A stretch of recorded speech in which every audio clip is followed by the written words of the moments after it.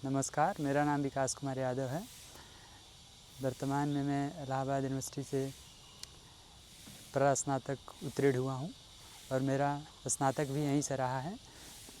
जून 2023 में मैंने JRF उत्तीर्ण किया था। साथ ही विगत ही वर्ष ही मैंने JNU MA ज्योग्राफी के लिए भी क्वालिफाई किया था। आज मैं इस चैनल JRF जंक्शन के माध्यम से ज्योग्राफी से JRF बिना कोचिंग के कैसे कम समय में क्वालिफाई करें, इसके लिए अपनी स्ट्रेटजी साझा करूंगा। बात करें अगर पेपर 1 के, तो इसमें 10 यूनिट होते हैं और पेपर 2 में भी 10 यूनिट होते हैं। पेपर 1 में टोटल 50 क्वेश्चन होते हैं और पेपर 2 में टोटल 100 क्वेश्चन होते हैं। पेपर 1 में प्रत्येक यूनिट से 5-5 क्वेश्चन होते हैं। तो इसके लिए आप एक सिंगल सोर्स फॉलो करें, KVS मैदान, और जो कॉन्सेप्ट्स आपको क्रिटिकल लगे आप उसके लिए यूट्यूब रेफ़र कर सकते हैं। टीचिंग एप्टीट्यूड, रिसर्च एप्टीट्यूड, इन सब के लिए आप बेसिक्स एक बार कवर कर लें बुक से। उसके बाद मार्केट में PYQ के लिए बहुत सारे बुक अवेलेबल हैं, आप वहाँ से एक बार PYQ लगाएं। इससे आपको एक आइडिया मिल जाएगा कि किस प्रकार के सवाल आ रहे हैं। बेसिक सवाल ही रहते हैं, उनको स्टेटमेंट में करके थोड़ा कम्प्लेक्स कर देते हैं। तो आप स्टेटमेंट देख के घबराएं नहीं, बेसिक्स कवर रहने पर आप आसानी से क्वेश्चन से टैकल कर सकते हैं। इसके बाद बात करें आप DI से सबसे ज़्यादा बच्चों की घबराहट होती है, तो DI से आप घबराएं नहीं। जो आप मैथमेटिक्स पढ़ते हैं, जैसे percentage, profit and loss, SI CI, इसी का एप्लीकेशन DI में आता है। बेसिक्स कैलकुलेशन करने होते हैं, आसानी से हो जाता है। तो आप DI का नाम सुन के घबराएं नहीं। इसके बाद कम्युनिकेशन एवं ICT को आप इंटीग्रेट करके पढ़ें, और इसमें बहुत बेसिक सवाल आते हैं। आप KVS मैदान पढ़े हैं और थोड़ा यूट्यूब से लेक्चर्स वगैरह देखे हैं तो आप आसानी से कर ले जाएंगे। इसके बाद इन्वायरमेंट और हायर एजुकेशन के लिए आप KVS मैदान से पढ़ें, या और बाद में इसका शॉर्ट क्लिप्स नोट्स बना लें, जिससे कि आपको एग्ज़ाम से कुछ दिन पहले रिवीजन में आसानी हो। अगर बात करें पेपर 2 के लिए, तो पेपर 2 में 10 यूनिट होते हैं, जियोमॉर्फोलॉजी, क्लाइमेटोलॉजी, बायोज्योग्राफी और इन्वायरमेंट, और इसके बाद ह्यूमन ज्योग्राफी सेक्शन, इसके बाद प्रैक्टिकल ज्योग्राफी, इंडियन ज्योग्राफी।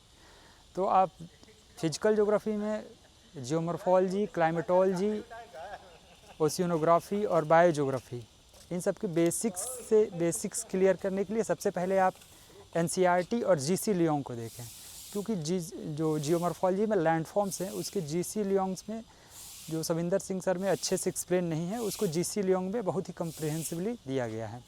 तो आप बेसिक्स वहाँ से रेफ़र करें और उसके बाद सविंदर सिंह सर को पढ़ें, और फिर टॉपिक वाइज PYQ अवेलेबल है।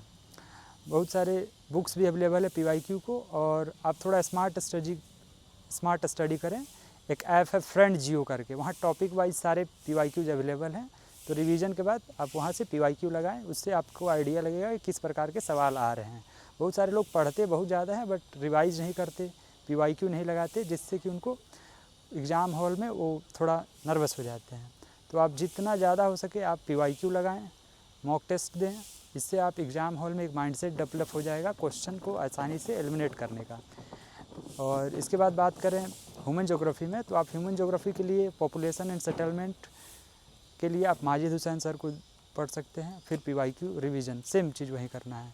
उसके बाद political geography, industrial geography, social geography, इन सब के लिए बुक्स में बहुत ज़्यादा कम्प्रिहेंसिवली लिखा गया है, बट एग्ज़ाम में उतना वहाँ से सवाल नहीं आते हैं। इसके लिए आप टू द सिलेबस अगर देखें तो आप UGC नेट की अरिहंत की गाइड रेफ़र करें, वहाँ से टू द सिलेबस प्रिसाइजली एकदम अवेलेबल है, आप उसको पढ़ें और PYQ देखें, वहाँ से आप आसानी से कवर कर लेंगे। और एक बड़ा पोर्शन है इंडियन ज्योग्राफी। इंडियन ज्योग्राफी के बेसिक्स के लिए आप क्लास 11th की NCERT पढ़ें और उसके बाद DR खुल्लर को पढ़ें। DR खुल्लर देखने में काफ़ी बल्कि है, बट उसको देख के घबराएं नहीं। सिलेबस हमेशा साथ रखें और सिलेबस के अकॉर्डिंग ही वहाँ से चीज़ें पढ़ें। देखने में बल्कि है बट सिलेबस से आप देख के पढ़ेंगे तो वहाँ से कोई दिक्कत नहीं होगी, आसानी से आप कवर कर लेंगे। और एक सबसे कॉम्प्लेक्स उसमें टॉपिक है टेक्निक्स, ज्योग्राफिकल टेक्निक्स, जिसको बहुत सारे लोग इग्नोर करते हैं लास्ट टाइम के लिए। आप फिजिकल ज्योग्राफी, इंडियन ज्योग्राफी और थर्ड प्रायोरिटी दें आप टेक्निक्स को। टेक्निक्स के लिए आप RL सिंह को रेफ़र करें और PYQ, इतना सफिशिएंट है। और इन सब का PYQ आप टॉपिक वाइज जैसा मैंने बताया, जियो फ्रेंड ऐप, वहाँ से आप PYQ लगाएं, उससे आपको बहुत हेल्प मिलेगी। और मॉक टेस्ट जितना हो सके लगाएं। और फिजिकल ज्योग्राफी के लेक्चर्स यूनिवर्सिटी ऑफ इलाहाबाद के ही एक प्रोफेसर हैं, प्रोफेसर SS ओझा सर, उनके लेक्चर्स फ्रीली अवेलेबल हैं। तो आप बुक पढ़ें और बुक पढ़ने के बाद SS ओझा सर के लेक्चर्स रेफ़र करें। फिजिकल ज्योग्राफी में आजकल क्लाइमेटोलॉजी से बहुत ही कॉम्प्लेक्स सवाल आते हैं, जिसको थोड़ा करना मुश्किल होता है। और इसको बहुत ही लूसिड वे में यूनिवर्सिटी ऑफ इलाहाबाद की एक प्रोफेसर हैं, प्रोफेसर अनुपम पांडे सर, उनके 17-18 लेक्चर्स अवेलेबल हैं।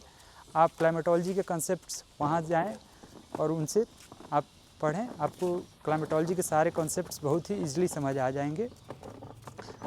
और बदलते ट्रेंड में देखा गया है कि फैक्ट के बजाय अब पहले फैक्ट बेस्ड क्वेश्चंस होते थे, बट 2017 के बाद से एक ट्रेंड चेंज हुआ है। फैक्ट और कंसेप्ट दोनों का मिश्रण ज़्यादा रहता है, तो आप कंसेप्ट पर ज़्यादा ध्यान दें। और कंसेप्चुअल सवाल को ही, जैसे NCERT से ही बहुत सारे फिजिकल ज्योग्राफी के सवाल को आसानी से किया जा सकता है, बस उसको थोड़ा स्टेटमेंट में डाल के, और बड़ा दिखता है तो बच्चों को थोड़ा कॉम्प्लेक्स लगता है। तो सबसे पहले आप एग्ज़ाम हॉल में घबराएं नहीं, सवाल को थोड़ा आसानी से पढ़ें, उसको 1-2 बार पढ़ें, आप आसानी से कर लेंगे। और जो भी टॉपिक्स आपको नहीं समझ आए उसके लिए आप यूट्यूब का सहारा लें। प्रोफेसर SS ओझा का वीडियो ज्योग्राफी के लिए हो गया। ह्यूमन ज्योग्राफी को आप बिल्कुल इग्नोर ना करें। एक बड़ा हिस्सा बस फिजिकल ज्योग्राफी में ही लगा रहता है, बट आप ह्यूमन ज्योग्राफी पर ज़्यादा फोकस करें और बदलते ट्रेंड के अनुसार कॉन्सेप्ट पर विशेष ध्यान दें। मैं अपनी इस जर्नी के लिए अपने पेरेंट्स और प्रोफेसर SS ओझा, अपने मित्र अभिषेक ओझा और अपने छात्रवासी सीनियर्स और बैचमेट्स को धन्यवाद देना चाहूँगा। धन्यवाद।